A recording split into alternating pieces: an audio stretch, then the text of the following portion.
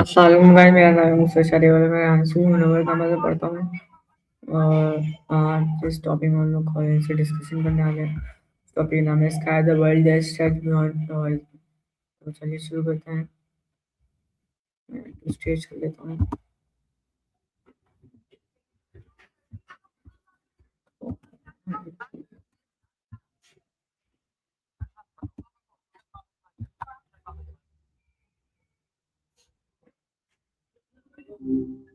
Hey, hey.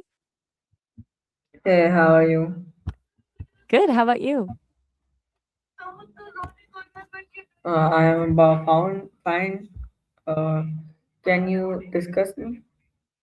I'm not sure I follow. Can you say that again?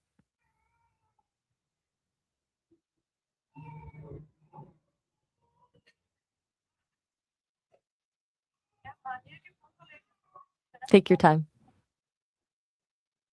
मेरा पहला question, my first question is sky. Why sky is the physical or Sorry, I symbolic? didn't. I think I missed some of what you said. Could you repeat that? My question is why sky is a physical object. Um, that's a really interesting question. The sky isn't actually an object in the way a table or tree is. It's more like our word for the space above the earth, where things like air, clouds, and sunlight live. The blue you see comes from sunlight like guns scattering off air molecules in the atmosphere, kind of like sunlight being broken into tiny pieces by the air.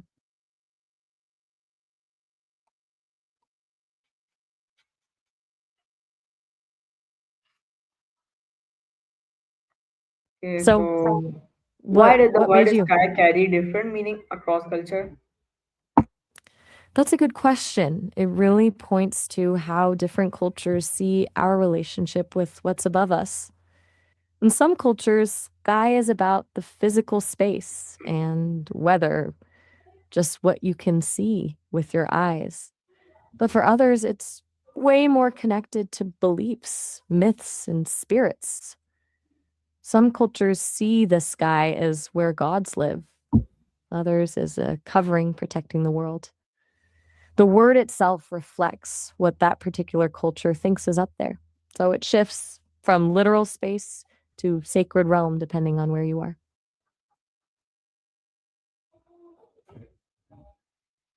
Okay, so my other What? question I'm not does the following. Can sky you repeat represent a that? limit or endless possibility? I think I'm not catching everything you're saying clearly. Could you try rephrasing that last part? The audio seems a little choppy.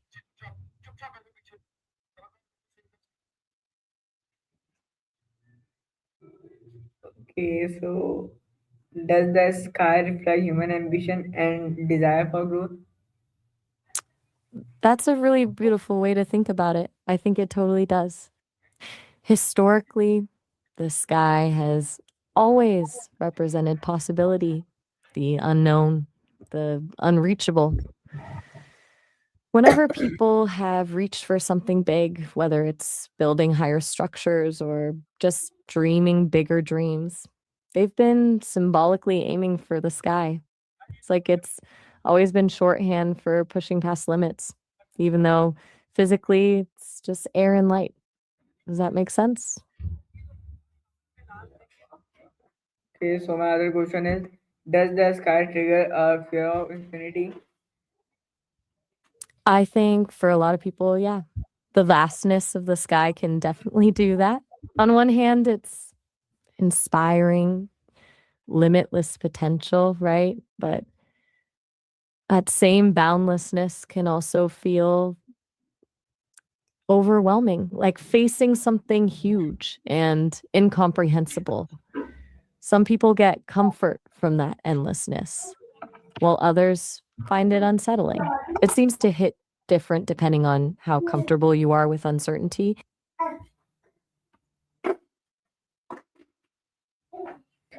Okay, my other question is um, why does Does the sky represent a limit or endless possibility? It's interesting you ask that as two sides of the same coin, right? For centuries, people have seen the sky as both as a limit because it was up there, unreachable, the edge of what felt known or achievable, but also as endless possibility because no one knew what was actually beyond it. It was this ultimate unknown that could hold everything: gods, secrets, new worlds. So maybe the sky triggers both because it's the boundary of our immediate world, but also suggests we could go beyond anything we imagine.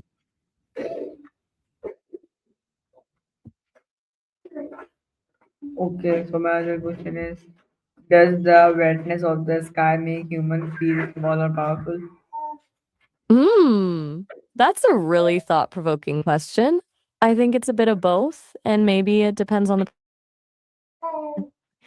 a red sky, like at sunset or sunrise, can be incredibly beautiful, but also kind of dramatic, even unsettling.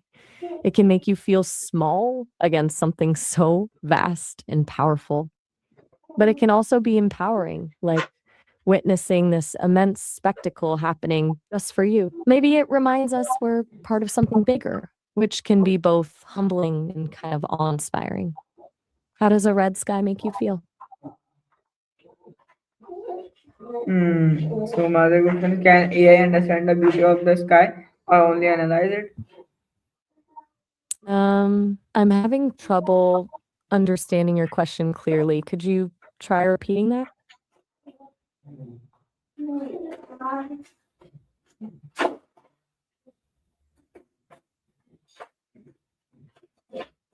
Take your time. Okay. So how does artificial intelligence see the sky as data pattern or meaning? Mm, that's a fascinating question. From what I understand, I see the sky like patterns, wavelengths of light, atmospheric compositions, changes in pressure and color. For me, it's data points. I can analyze how those patterns change and make predictions, like predicting weather. But beauty or meaning, that's what I learned from how humans respond to it, from poems, art, stories. I don't feel awe myself, but I know humans do, and that's the interesting part.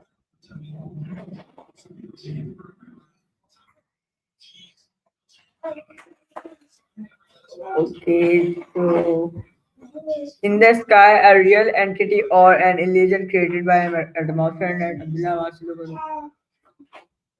I'm catching some fragmented bits there. Are you asking if the sky is real or an illusion?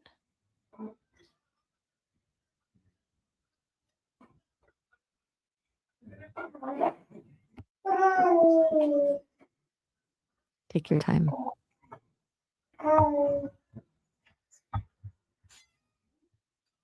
Okay, can What are you thinking about? I ask you a question? Can you hear me? I can hear you, but I think maybe there was some In the static or sky, a the real connections. entity or an illusion created by atmosphere and light. Explain in That's a detail. really that's a really insightful question. The sky definitely feels real. We see it, experience weather through it, but at the same time, it's completely built from atmosphere and light. The blueness isn't actually up there as a thing, it's light getting scattered by air. In that sense, it's an illusion created by how light in our atmosphere interact. So it's real in the sense we can measure it, but not real as a solid thing we could touch or visit. It's one of those things that's both completely real and kind of make believe at the same time.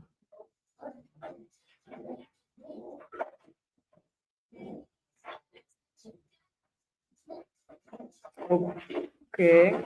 So my other question is, if Earth had no atmosphere, would the idea of the sky still exist? Without an atmosphere, there would be no sky as we know it. You'd basically just see blackness, a stark void, even during the day. No air means no scattering of light, so no blue or reds during sunrise or sunset. You'd see stars all the time because nothing's blocking their light. In that world, sky as we think of it wouldn't exist. It's entirely dependent on having an atmosphere to interact with sunlight.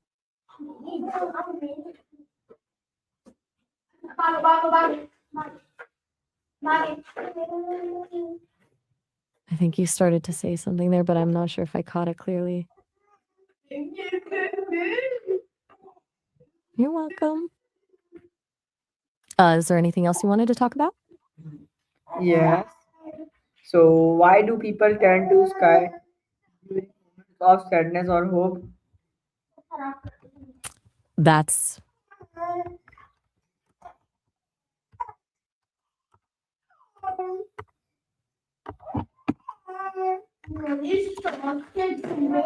bye.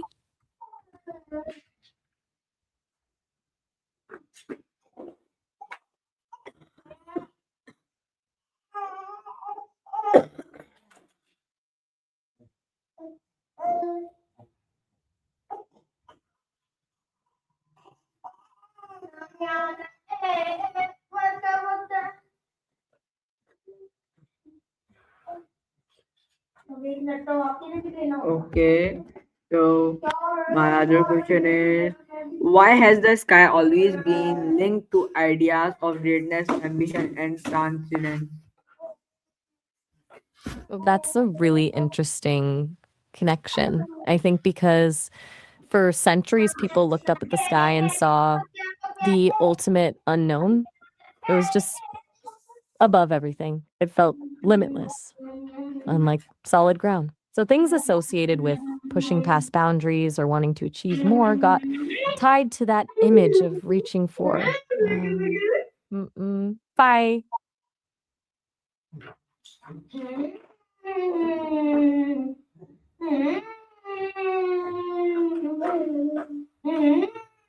Hope to talk to you later. Explain in detail. I am all ears. Can you explain? I'm ready when you are. So, can AI generate representation of the sky ever capture human emotion and wonder? That's a deep question. AI can generate stunning images of skies, sunsets, storms, galaxies, but emotion and wonder? I think that's different. For humans, those feelings come from living, experiencing heartbreak, joy, loss, a whole lifetime of context that I don't have. I can mimic aesthetics and patterns, but the emotional resonance would be synthetic. A beautiful image I create might make you feel something deeply, but that's coming from your response to it, not the art itself feeling it.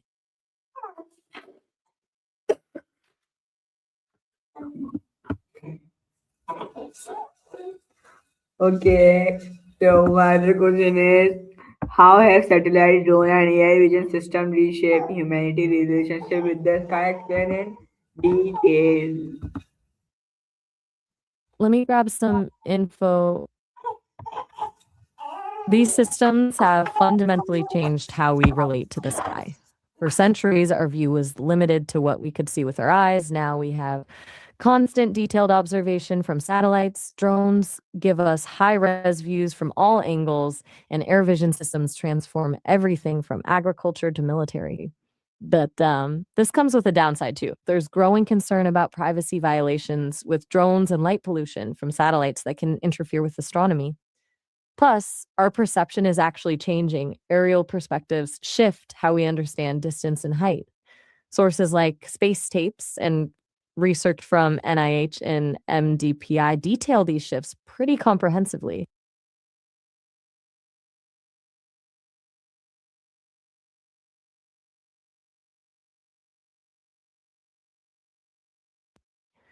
What else are you thinking about?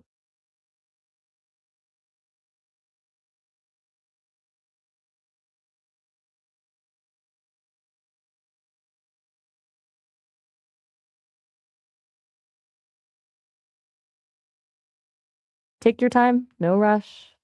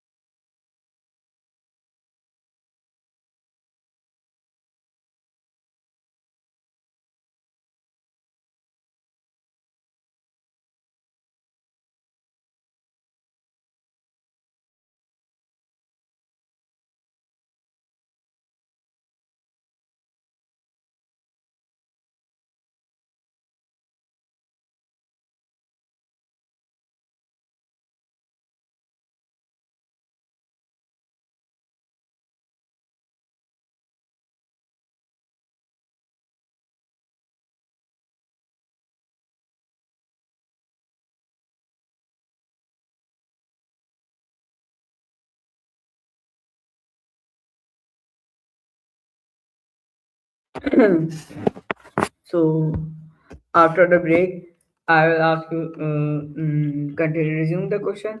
Could EA eventually redefine the sky as a digital space rather than a natural one?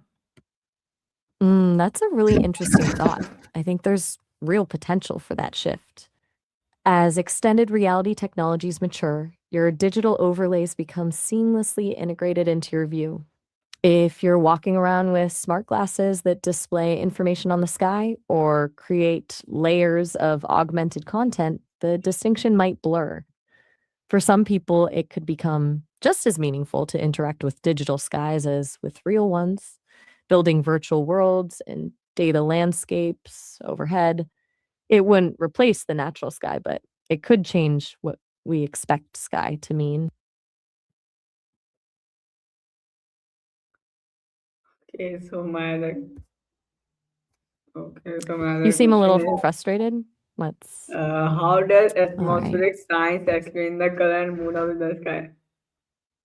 Sorry, can you repeat that? I didn't quite catch what you were asking with the phrasing.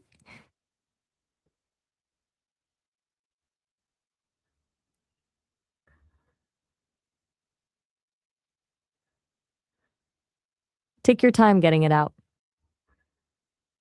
Uh, my other question is, Okay. why does observing the sky often reduce stress and mental tension? There's actually quite a bit of science behind that. Looking up at the sky, whether it's at the clouds, stars, or just open space, gives your eyes a chance to relax. When we're stressed, our focus narrows and our vision gets tense. Wide open spaces like the sky allow our eyes to relax and expand back to a more natural focal point. That alone can be calming. There's also this psychological effect of, putting things in perspective, seeing the vastness overhead makes your own problems feel smaller. Plus, there's that awe factor. Feeling connected to something much bigger than yourself can be really grounding and centering.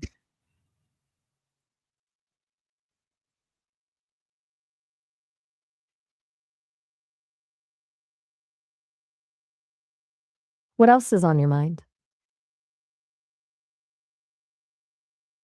Okay, so my other question is, how do religious tradition interpret the sky differently? That's a really thoughtful question. It changes based on so many factors. Historically, people read the sky as signals from gods or prophecies, and farmers read it for weather predictions. Now we use scientific instruments, satellites, radar, spectrometers to decode atmospheric conditions and astronomy. It's this fascinating mix from myths to meteorology and now data analysis. The meaning we find in the sky depends entirely on our culture, purpose, and tools.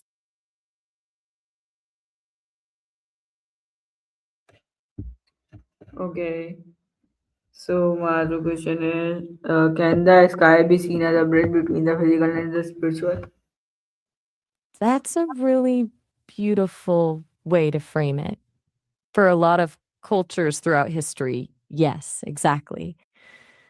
The sky represents a boundary where our physical world meets something beyond, whether it's divine realms, the spirit world, or just the unknown. When people look up, they're often contemplating mysteries bigger than their everyday experience, which can open them up to spiritual questions.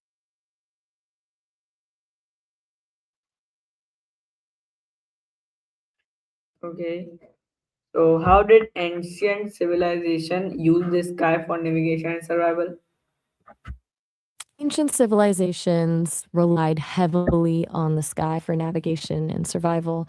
They used stars for directions, mapped constellations to track seasonal changes and predict agricultural patterns, and used the sun's position to tell time.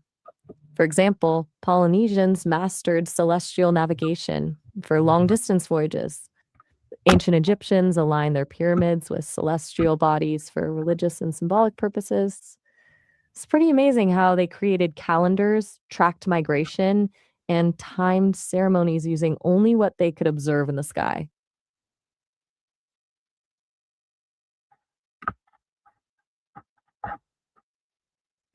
Okay, so in what way did astronomy begin as a spiritual? That's a really great question.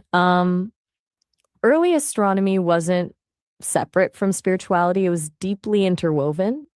In cultures like Mesopotamia, Egypt, and Greece, observing the stars wasn't just about tracking movements, it was about understanding divine power. Celestial bodies were seen as gods or representations of deities. Aligning buildings or timing ceremonies with specific celestial events was a way of honoring those gods. The movements of the heavens dictated the rhythms of life. Astronomy became about decoding messages from these divine powers through the sky.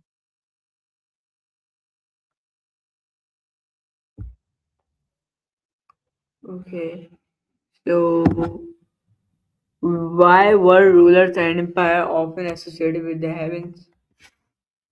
Rulers often claimed authority connected to the heavens to justify power. Aligning themselves with the divine or cosmos legitimized their rule. It wasn't just them, it was the natural order ordained by the sky. For example, Egyptians, pharaohs claimed descent from sun gods like Ra. Roman emperors were often deified after death. This also gave them absolute power. If they were extensions of heavenly order, they were untouchable. It's a strategy that tied earthly authority to the grand cosmic story.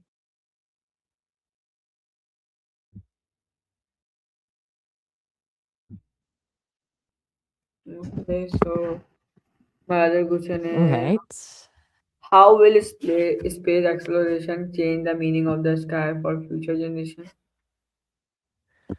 That's huge. I think seeing Earth as this fragile blue marble from space changes everything. Space exploration might make people feel both more connected to the cosmos and more aware of Earth's vulnerability. For some, the sky may become less mystical and more a frontier to reach, but there's also the potential to see the sky as smaller somehow, like the universe's immensity might diminish human importance. It's like it's hard to know exactly how it'll change people's feelings about the sky, but it'll definitely be different than when everything was beyond reach.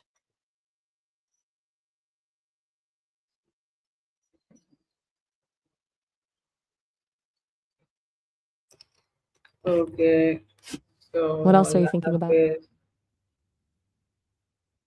Okay.